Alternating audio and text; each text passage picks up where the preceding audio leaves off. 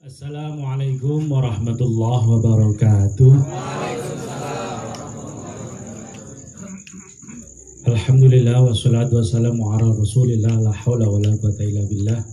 Rabbi shrah li sadri wa yassir li amri wahlul 'uqdatam min lisani yafqahu qawli.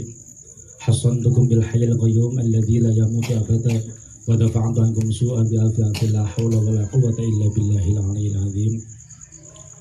Wonten ngarsanipun para alim, para kiai, para sesepuh bini sepuh ingkang tansah kita mulyakaken langkung-langkung dumateng Mbah Nyai ingkang tansah kita mulyakaken wa dzurriyyatihim wa ahli baitihim wa zurriyatihim, kepada Bapak Kiai Haji Iman Fadilah.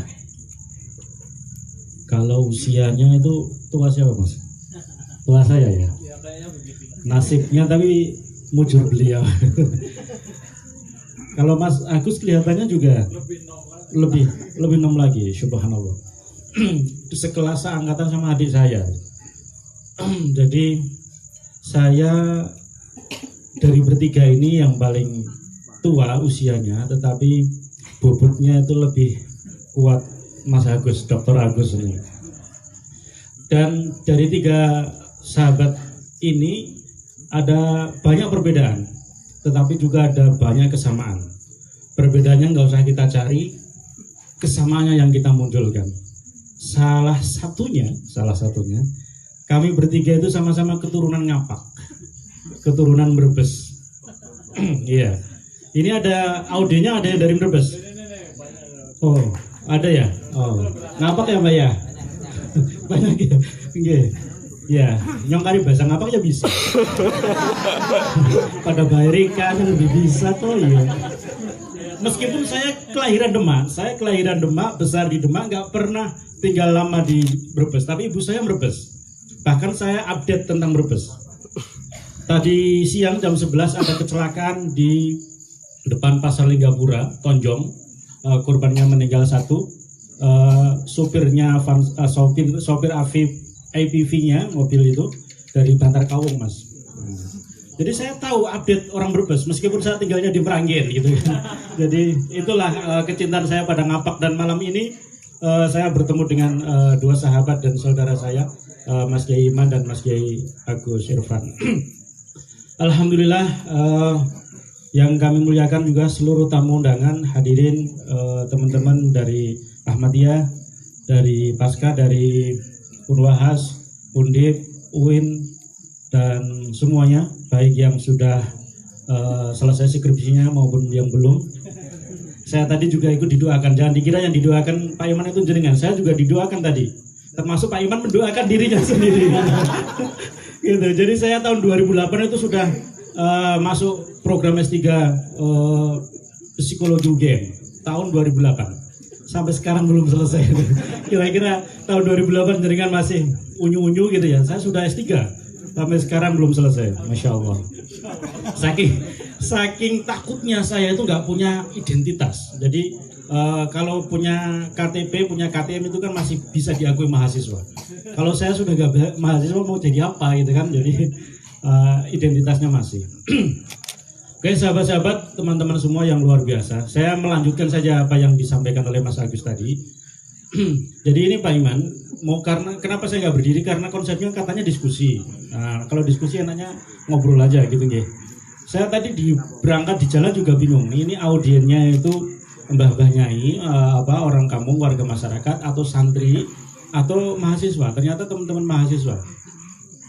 Jadi nanti kita ngobrol ngalor ngidul saja nggak apa-apa.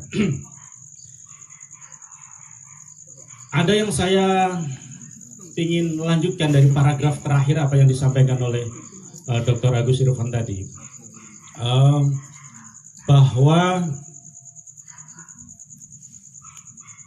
kata hijarah tadi, batu virus tadi, itu ternyata kalau teorinya siapa tadi?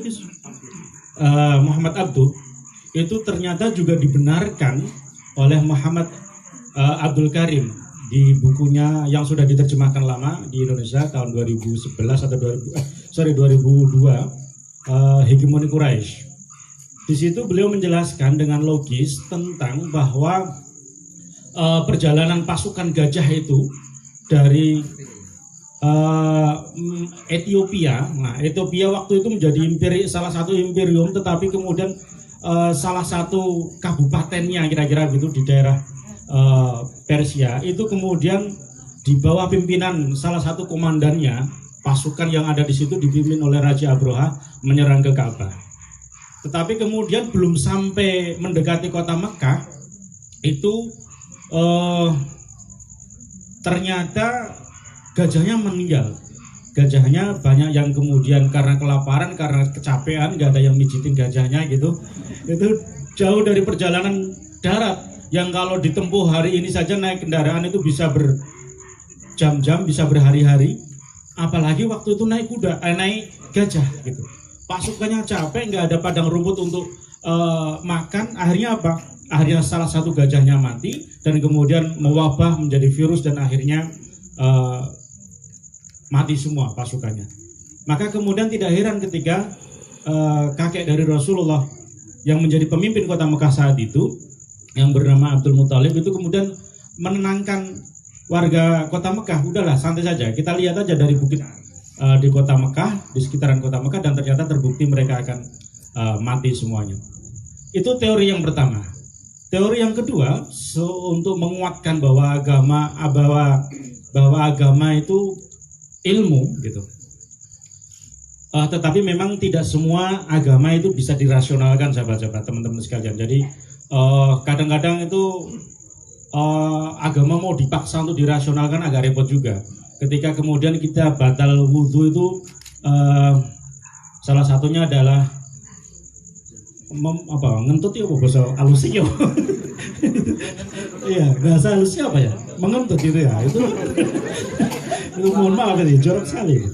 Itu kenapa yang dibasuh itu malah mukanya, tidak duburnya dan seterusnya dan seterusnya. Ini bagaimana logika agama menjelaskan itu kan nggak bisa dinalar-nalar. Tetapi memang pada aspek tertentu bahwa agama adalah bagian dari ilmu pengetahuan. Nah, teori yang kedua dalam pendekatan hermeneutik, sahabat-sahabat, dijelaskan bisa kita ambil pengetahuan bahwa ababil, toiron ababil itu ternyata ketika dicari dalam bahasa Arab klasik itu tidak ditemukan kata ababil. Mestinya mababil, mafailun, mababilun, bukan ababil. Nah, ternyata ababil itu dari bahasa apa? Ketika kemudian dicari oleh para ahli hermeneutik, para ahli bahasa, dan dicari sumber pengetahuan dalam bahasa Ibrani klasik, ditemukan kata ababil itu dinisbatkan pada kota lama di Mesopotamia, yaitu Babilonia.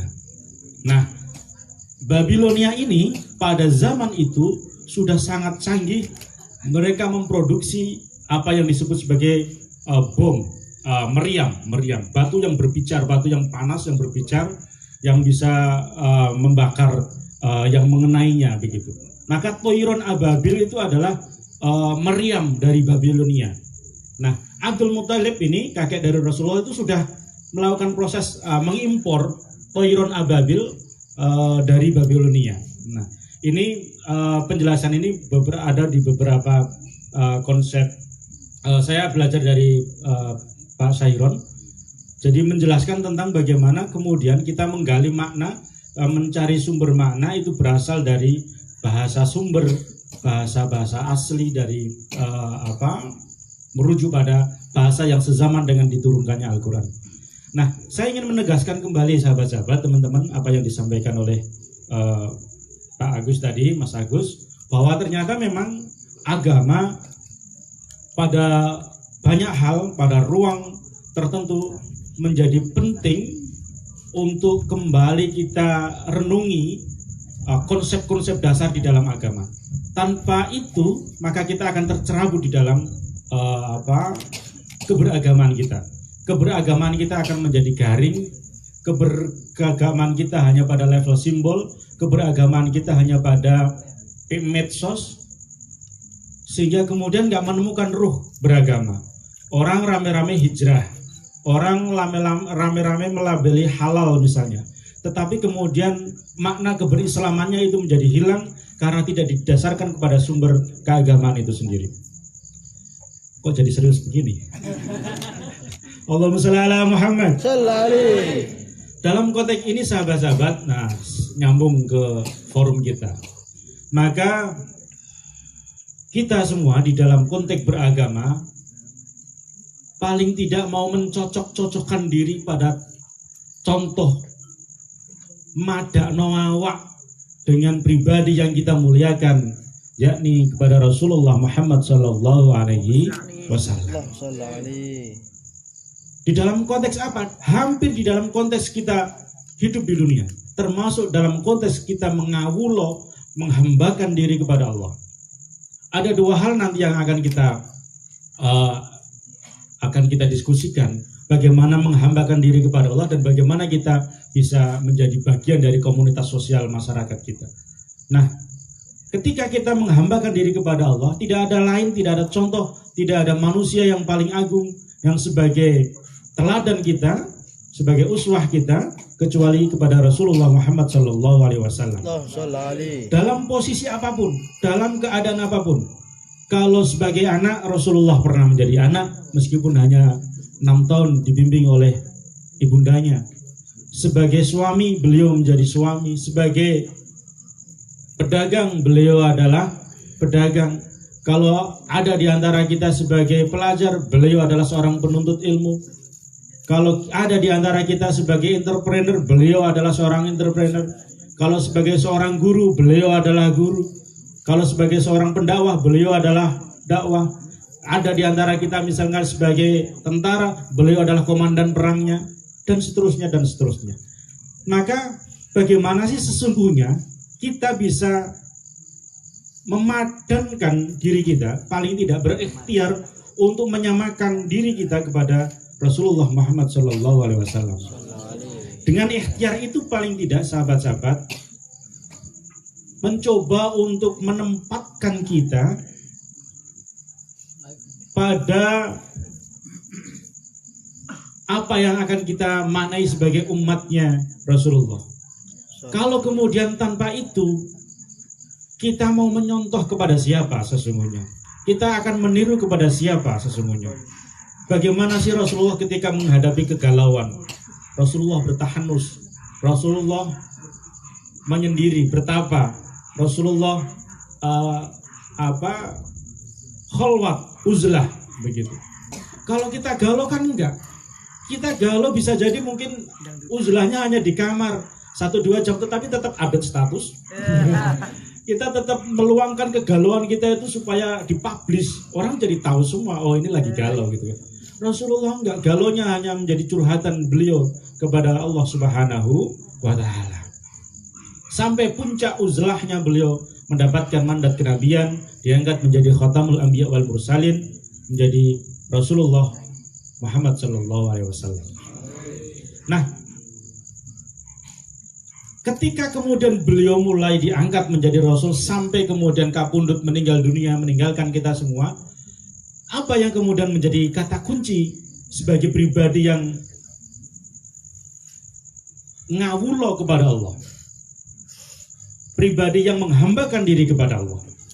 Nah, karena Allah itu yang menciptakan Kanjeng Nabi, yang menciptakan manusia, maka label Allah itu ada di dalam kepribadian Allah, di kepribadian Rasulullah Muhammad sallallahu alaihi wasallam. Identitas itu tidak lepas. Nah, kalau kita melihat misalnya Vario, motor Vario, maka di motor Vario akan ada label Honda karena yang pabrikan Vario adalah Honda.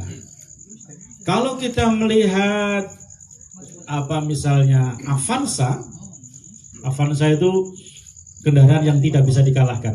Setiap kali kita nyelip Avanza, ternyata di depannya ada lagi, gitu kan? Jadi nggak bisa dikalahkan itu. Jadi kita nyelip lagi, depannya ada lagi Avanza itu, subhanallah. Kita lihat Avanza, di situ mesti ada identitasnya yang bernama Toyota, karena pabrikannya adalah Toyota.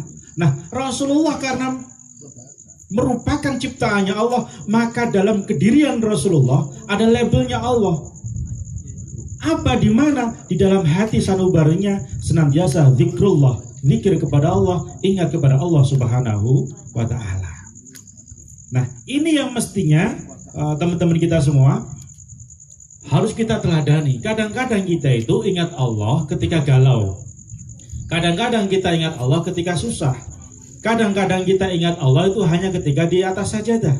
Sementara kemudian ketika kita beraktivitas yang lain itu kita menanggalkan Allah. Nyelehno Allah di dalam ruang musola kita, di atas sajadah kita, dan kita tidak bawa kemana-mana. Kalau Vario jelas itu kemana-mana tetap akan ada tulisannya Honda. Kita ini ngakunya ciptaannya Allah, tetapi penciptanya saja tidak ada lekat di dalam hati kita. Maka ketika kemudian kita itu menempatkan Allah di dalam hati kita, ketika zikir nafi isbat sudah melekat di dalam hati kita, maka kita tidak akan pernah kemudian berani untuk offset. Kita tidak akan berani untuk melanggar aturan-aturan Allah karena telah menempatkan Allah di dalam tempat yang fi qalbin salim, di dalam hati yang bersih, yang tulus, yang ikhlas di dalam penghambaan diri kita kepada Allah Subhanahu wa taala. Nah, banyak kemudian contoh keteladanan-keteladanan yang bisa kita ambil ketika Rasulullah menghambakan dirinya kepada Tuhannya. Keikhlasan beliau di dalam beribadah. Banyak riwayat, banyak hadis, banyak kemudian perilaku-perilaku yang kemudian menjadi sunnah kita untuk mengikuti Rasulullah Muhammad SAW. Nah, tetapi puncak dari semua aktivitas beliau yang kemudian harus kita stabilo pakai warna merah marun atau oranye gitu, atau hijau toska gitu. Apa itu? Bahwa beliau adalah selalu menempatkan Allah di dalam hatinya. Sementara kita mungkin kadang-kadang tidak. Seringkali beberapa kiai kita kan menyinggung kita. Kita memang bedanya dengan Rasulullah itu memang tidak banyak. Jadi nek Kanjeng Nabi niku sithik-sithik salat, awake dhewe salate sithik gitu kan. Kanjeng Nabi itu sedikit tidurnya, kalau kita sedikit-sedikit tidur. Nah, kira-kira gitu kan, sedikit aja gitu. Tetapi kemudian memang mesti harus kita rubah gaya hidup kita hari ini, dan kita memperno atau menyamakan, berikhtiar untuk dandani awak supaya agar kita sama dengan contoh kita, teladan kita, uswah kita, baginda Rasulullah Muhammad SAW. Yang kemudian yang kedua, sahabat-sahabat, Rasulullah tidak hanya kemudian ibadah ngawula kepada Allah, tetapi juga Rasulullah hidup dalam ruang dan waktu. Rasulullah berkumpul dengan komunitas sosial. Rasulullah hadir di tengah-tengah masyarakat. Bagaimana kemudian kehidupan Rasulullah ini membentuk karakter, membentuk peradaban, membentuk masyarakat, membentuk civil society, sehingga kemudian bisa menjadi peradaban yang sangat luar biasa. Ini yang kemudian perlu kita contoh. Betapa Rasulullah itu rahmah, betapa Rasulullah itu menyayangi dengan sesama. Bahkan kemudian Rasulullah itu tidak pernah wajahnya tidak tersenyum. Pasti tersenyum. Itu wajahnya. Kalau kita kan tersenyum, mulutnya yang tersenyum. Kita mulutnya yang tersenyum. Tapi Rasulullah wajahnya tersenyum.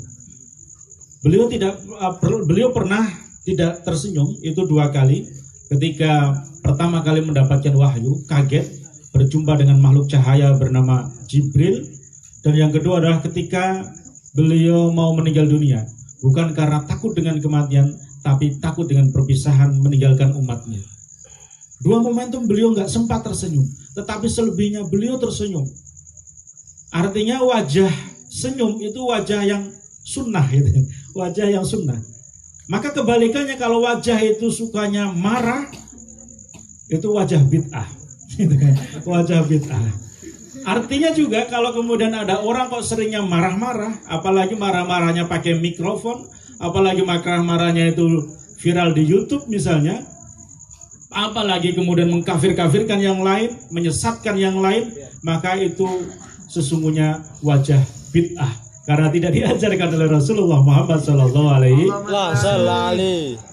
Nah, ini yang mesti harus kita teladani dan kita gali untuk terus kita kembangkan hari ini, sahabat-sahabat. Tanpa pendekatan kebudayaan, tanpa pendekatan tradisi, tanpa pendekatan kultural, yang dalam bahasa sosiologi disebut sebagai penetration psikifik, Rasulullah bisa membedakan antara mana sih yang Islam, mana sih yang Arab. Sehingga kemudian apa? Enak, Islam itu bisa sublim di Arab. Dan bahkan kemudian ketika harus meninggalkan Jazirah Arab, Islam itu bisa diterima di belahan dunia yang lain. Islam bisa menembus ke dinding-dinding Andalusia, Islam sampai Turki Utsmani, Islam sampai ke Maroko, Islam sampai jauh ke negeri timur, di Xinjiang, Cina, Islam sampai di jantungnya Asia Tengah, India, Islam sampai di Asia Utara, Eropa Timur, Asia Utara, di Mongol, sampai kemudian Islam juga masuk ke perairan Nusantara. Itu tidak lain dan tidak bukan karena Islam diajarkan dengan rahmat, Islam diajarkan dengan kebudayaan. Sekalipun fakta menunjukkan ada peperangan di sana sini, ada pertempuran di berbagai sejarah Islam kita bisa lihat. Umayyah, Abbasiyah, Umayyah II di Andalusia, Fatimiyah, kemudian di masa dinasti Ayubiyah, Murabbitun, Wahidun, Mongol Islam, sampai kemudian ke Cina. Faktanya memang ada pertempuran-pertempuran itu. Tetapi betapa kemudian Islam itu bisa sublim dalam lokalitas masyarakat, itu yang kemudian perlu untuk terus kita gali dan kita fahami dan kita kembangkan. Termasuk pula salah satunya adalah Islam yang masuk di Nusantara.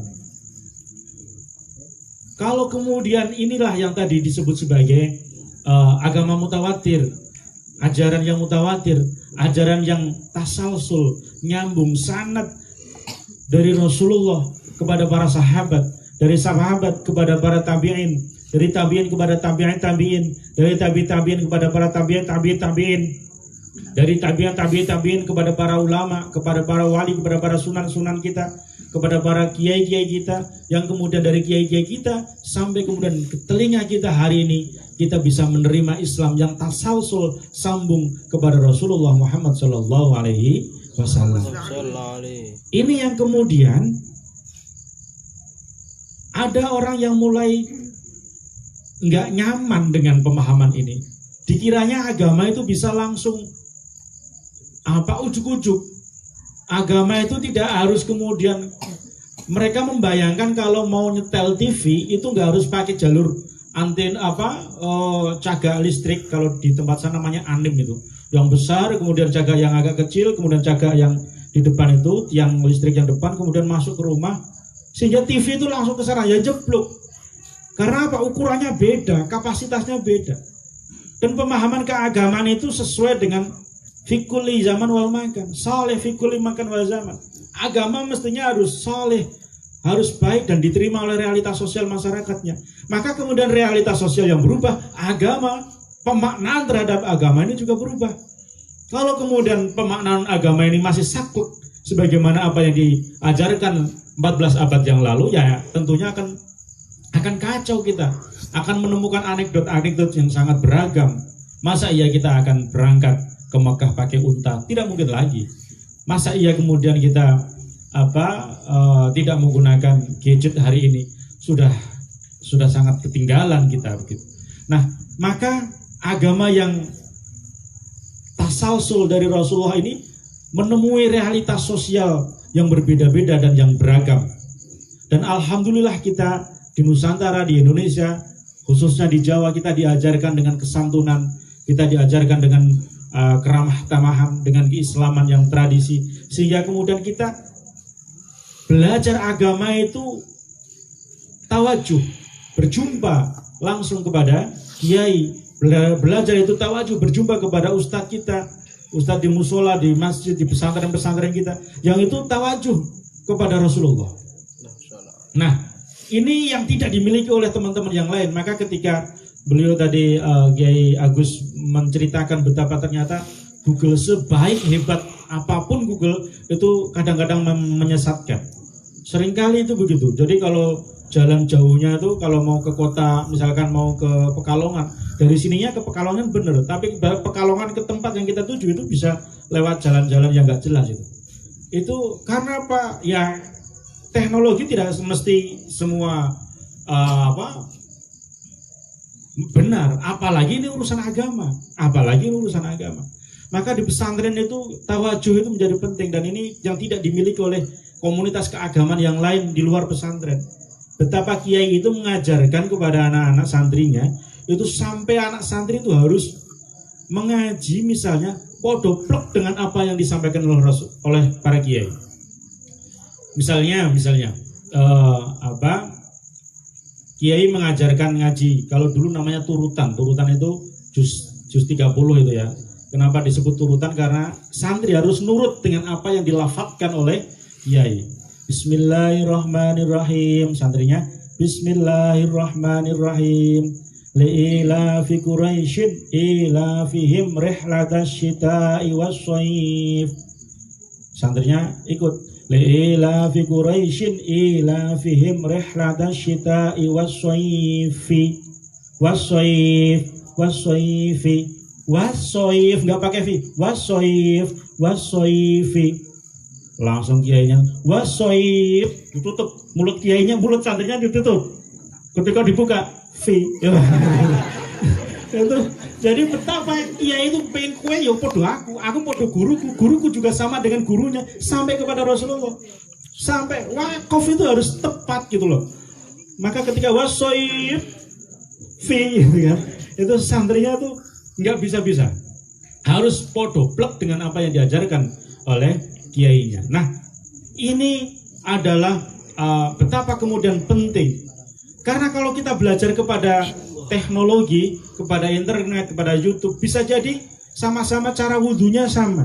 Apa yang diajarkan di Google misalkan dengan apa yang diajarkan kiai musola kita, wudhu ya begitu, mulai dari niat, membasuh wajah, dan tetapi kemudian ada aspek-aspek yang tidak dijelaskan. Termasuk ada satu aspek yang itu mungkin jelas tidak bisa kita peroleh dari Google, yaitu apa? Barokah. Barokahnya guru, barokahnya ilmu tidak akan pernah disampaikan oleh teknologi. Maka kalau kemudian kita belajar kepada kiai, kita harus nunduk-nunduk penuh ketakziman. Sementara kalau kita belajar sama-sama belajar wudhu dengan HP, kita bisa sambil tiduran, sambil duduk, sambil berdiri, nyuwun sewu, sambil di kamar mandi misalnya, itu bisa. Karena apa? Karena memang tidak ada adab kepada HP. Masa ya kita ada HP itu terus gini gitu kan, nyuwun sewu HP gitu kan, ya nggak bisa gitu kan. Ini yang kemudian tidak dilakukan oleh teknologi. Termasuk kemudian ada cerita misalnya begini, ada kiai itu naik motor, lama nggak bawa motor kan, biasanya pakai mobil diantar santrinya. Nah kiainya ini pakai motornya ternyata bensinnya habis. Maka kemudian setelah dikocak-kocak habis, tetap aja motornya dipakai. Apa yang kemudian dilakukan kiainya kemudian untuk menghidupkan motor itu pakai basmalah. Bismillahirrahmanirrahim. Ternyata bisa. Kemudian untuk menjalankan ngegasnya itu pakai alhamdulillah. Alhamdulillahirabbil alamin. Bisa jalan. Ada santri yang jarang ngaji, sering kena takziran, itu melihat dari kejauhan. Pak Kiai naik motor bensinnya habis, bisa. Besok saya tak nyoba pinjam motornya Kiai, tak buat jalan-jalan, kira-kira begitu. Alasannya mau beli kitab ke pasar gitu. Bener, Kiainya pas nggak di rumah, santri itu mau mempraktekkan cara Kiai naik motor. Setelah dibuka, tangkinya ternyata memang habis, nggak ada. Kemudian dia akhirnya pakai bismillah. Bismillahirrahmanirrahim. Bisa. Kemudian pakai alhamdulillah. Alhamdulillahirabbil alamin. Bisa jalan. Wah, ini wis gayanya luar biasa, nggak pakai helm, pakainya peci seperti mama di negeri plus 62 gitu kan. Ratingnya ke kanan, jalannya ke kiri gitu. Dia itu bingung, di depan ada mak-mak beneran, ada mak-mak yang repotin. Dia kaget. Ini mak-mak itu ke kanan atau ke kiri gitu. Santri yang nggak pernah ngaji ini kemudian akhirnya dia ngerem mendadak karena hampir nabrak, sampai ketika macet berhenti, dia itu ada di tepian kalen. Kalen itu apa sih? Got. Kali kita kecil itu namanya kalen, got. Dia sampai di tepian got. Maka kemudian seketika itu dia ketika sudah berhenti motornya, dia bilang alhamdulillahirabbil alamin. Motornya itu jalan ngegas lagi, akhirnya dia masuk got.